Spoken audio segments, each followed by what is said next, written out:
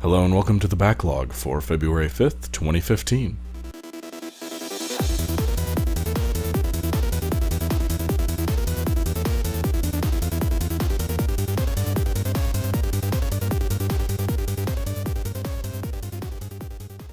Hello everyone. I'm still trying to feel out a proper day for this show, so it might be twice a week, it might just be once a week, but I don't know. So a lot of stuff has happened this week in terms of gaming news, and on top of that, I finished some stuff. So first up, we have something I talked about on percentages on Monday, which I forgot to talk about here. So Ubisoft had an issue. When don't they?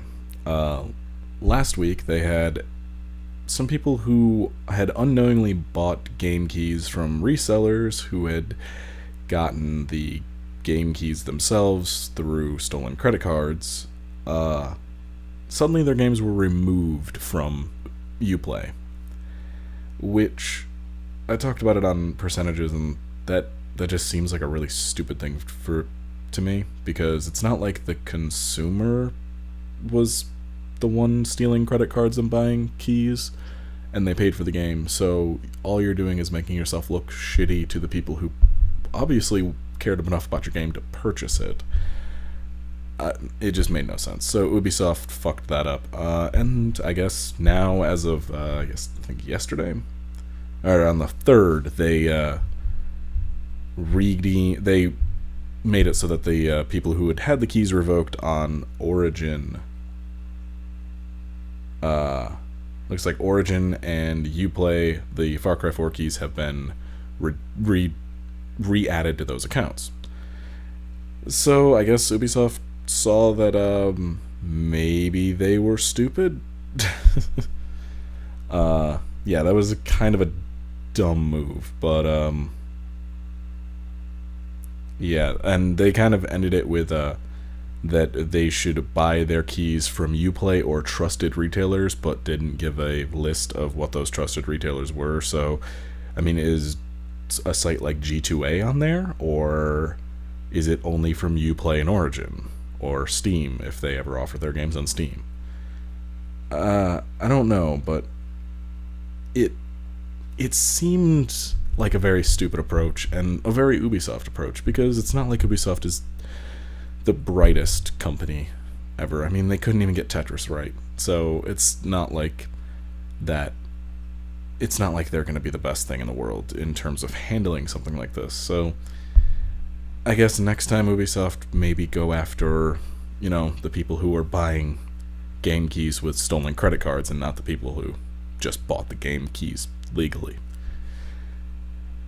And a story that's been kind of developing over the last few days has been a League of Legends tournament in the Philippines is limiting the number of LGBTQA competitors to 1 per team in the women's league. Only the women's league. Now, because it gives them an unfair advantage.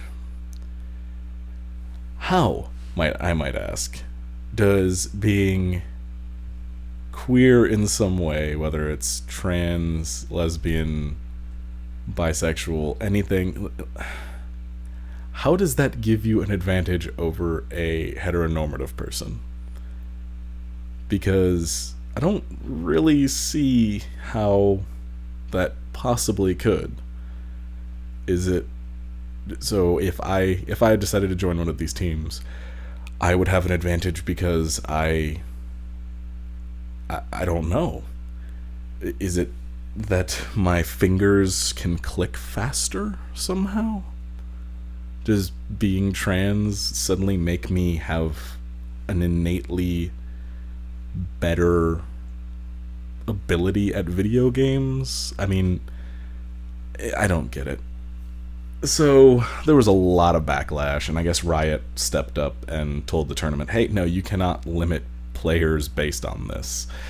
So the the rules were overturned, so I guess that's pretty good. That's nice that that Riot stepped in and was like, "Hey, no, yeah, let's not." The tournament company is Garena, I guess. I don't know. I don't play League of Legends, and exactly for this reason, I have no desire to start playing because this seems like the general community. But yeah, I just saw that and it's kind of ridiculous. Like, how do you screw that up? See, I have an issue with the rules that they try to make excluding queer people from stuff like that. I'm using queer as a pejorative right now because speaking LGBTQA each time is just I'm too tired for that. But rules excluding queer people from stuff like this, saying an unfair advantage or just flat out excluding them because you can. Why? Like, I really want to know why. Is it, what kind of advantage do you think that I would have over somebody like my friend Amanda? I mean, I'm better at video games than Amanda, but that's because I've played them literally my entire life. That has nothing to do with my physical makeup. I know how to type faster too. That doesn't have anything to do with anything but the fact that I've spent 99% of my life with computers. There are plenty of hell. One of my exes could fucking destroy me at any game. I have female friends who can wreck me in things like Titanfall and Halo and in defense games and third-person shooters and everything else. Like, being male or female, queer or straight or whatever, I mean, like, there's no real difference there, so I don't get why that would be considered an advantage.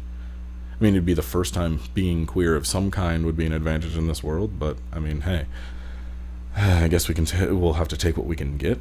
But it just really bothered me when I heard that it was because of an advantage, because that implies that somehow we're not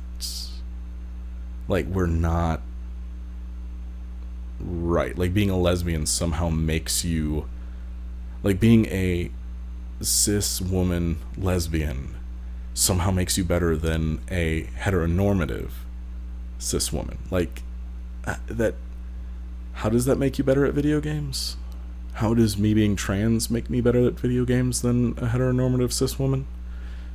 How does being, I mean, and on Rock Paper Shotgun they brought up the fact that, like, now can you trade 2 bi players for 1 lesbian? I mean, you're only allowed 1 slot for an LGBTQ player. So, I mean, can you take 2 bi characters in place of 1, or bi people in place of 1 lesbian?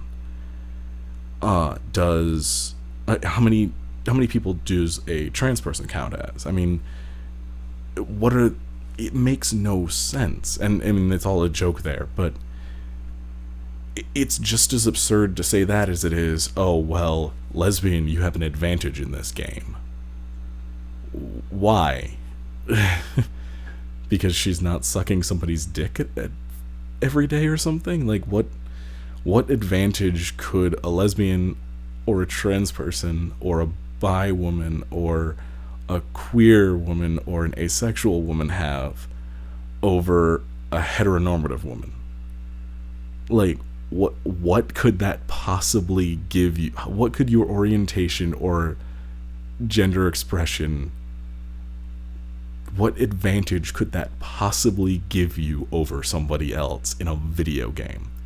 It's clicking, like 1 through 4, Q and E, and then WASD, and your mouse. Like, are queer people just born with a gene that also gives them, like, a advantage in video games, because I get raffle stomped all the time and shit. You should see me in fucking Hearthstone when I go up against a fucking control warrior with my hunter. Yes, I play Cancer, leave me alone. I also play Zulok, what's your point? But I mean, that if that were true, if I had any kind of advantage because I'm a trans woman, I would be destroying everyone in Titanfall every match. Oh, but wait, no, it's all guys, so mostly guys probably. So I guess I don't have an advantage over men. But if I played against other women, then I guess yes, I would have an advantage. Apparently, according to this. I don't get it, and they never stated their rules for the men's league. So is it you can only have one queer guy on a men's team? Does that mean that you have like, or is it, could you have an entire gay team? Could you have a team of trans men? Could you have a team of bi men? I mean, like, what are the limits on the men's teams? Why is it just the women's teams that are getting these weird arbitrary rules tossed on them? It doesn't make sense, really. Like, it's weird and I don't get it. And it just seemed really gross. I mean, it is, and that's why Riot was like, oh hey, no, let's not do that, because I'd really rather you didn't. But I don't get the reasoning for it at all. And I guess that's why that story bothered me the most probably this week, was why even set that up? What was the point to all that? Did you think that would be something that people wouldn't get pissed off about? I mean, whatever. Anyway, I guess it's good that Riot's finally stepping in and trying to get some of this stuff fixed so that their community doesn't look as shitty as it has for the last however long League of Legends has been around. And another thing that happened last week, or just a couple days ago, I guess, Sony Online Entertainment is gone. Sony sold off their MMO and online games division, which is strange. They sold it off to a company called Columbus Nova Investments, and the company and SOE is now called Daybreak Game Company, which definitely sounds like an investment company named that. But I mean, these are the people who made EverQuest and PlanetSide 2, which I didn't like, and they just released H1Z1. Well, I mean, it hasn't even officially been released. It's still in early access, and it's, I guess, broken as shit. I have no desire to play that. But, I mean, they still have EverQuest Next and Landmark coming out. Like, these are games that are still in development, and Sony just up and sold them. So, I guess Sony might still be in a bit more trouble than they let on before. I mean, I know they were in some pretty deep shit before the PS4 came out, and that's pretty much the only thing that saved them lately, but I guess it was only a temporary fix for whatever ails them. So I guess we'll see what happens with, now Daybreak, but, hopefully they at least are able to finish up their stuff. Oh, interesting. I guess, Columbus Nova also acquired, Harmonix back in 2010. Didn't know that. And in a not quite related to gaming bit of news, Radioshack just filed for bankruptcy today. I mean, it's a long time coming, and I guess it kind of applies to gaming because people used to build computers from Radioshack shit, even though that hasn't been a thing since I was a kid, so I don't know. It's just sad to see him go, kind of, because, well, I used to go in there for small parts and stuff back when I used to actually build systems, but not for a very long time. But yeah, we'll see what happens with whatever the hell Radioshack decides to turn itself into, because, I mean, it filed for Chapter 11, so it'll still be around, I guess. And I guess in my own gaming shit lately. Still playing Titanfall every once in a while. Kind of taking a break from it. Playing Guild Wars 2. Still waiting for that fucking expansion to be the release date to be announced. Finished up Sleeping Dogs, and that'll get posted onto my YouTube channel. The final part will be tomorrow. Playing Transistor, which is still... God, it's so gorgeous. I know what I'm going to play next, so that should be after I do the Sleeping Dogs DLC. But it's a game that I don't think that many people played, which makes me sad because the game's amazing. So that will start, I think, alongside the... I think I'll do the DLC on weekends, and I'll do this next game starting Monday. But other than that, Hearthstone too. Hearthstone's still as addictive as ever, and fuck it. Just god damn it, Blizzard. Stop making such good games. This weekend I'm going to pick up,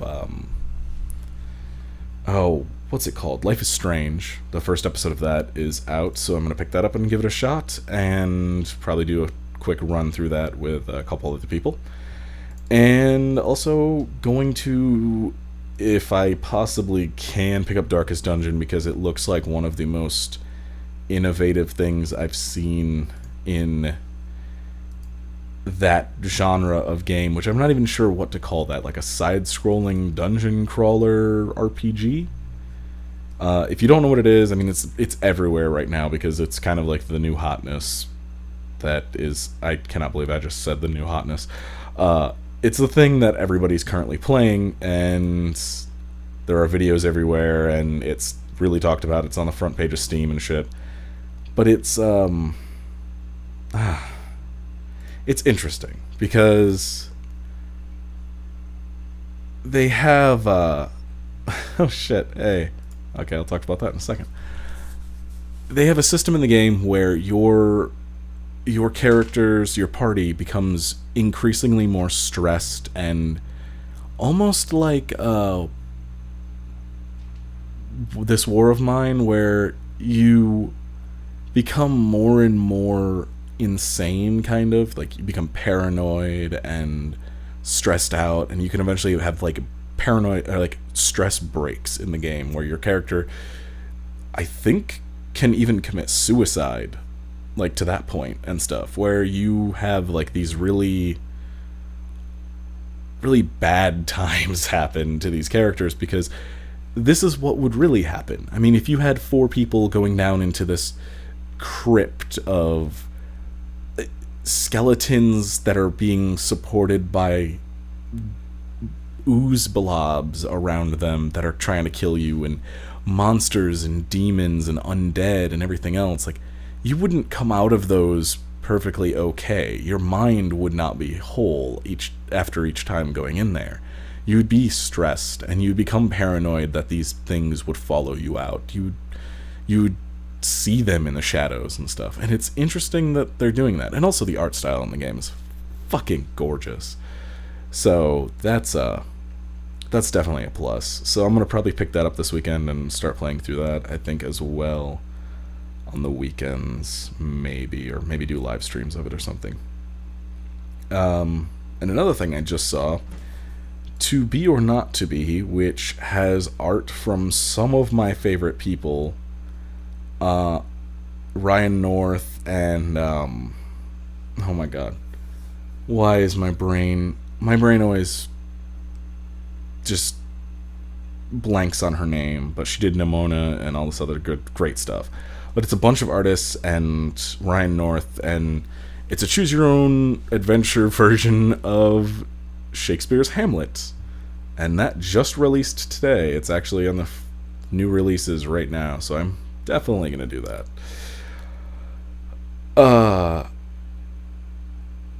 I really am looking forward to this, because everybody who worked on this, I didn't even know it was coming out as a game. I knew it was coming as I knew it was a comic, but I did not know it was a game coming. So I definitely am looking forward to this. That's a really cool thing that just got released.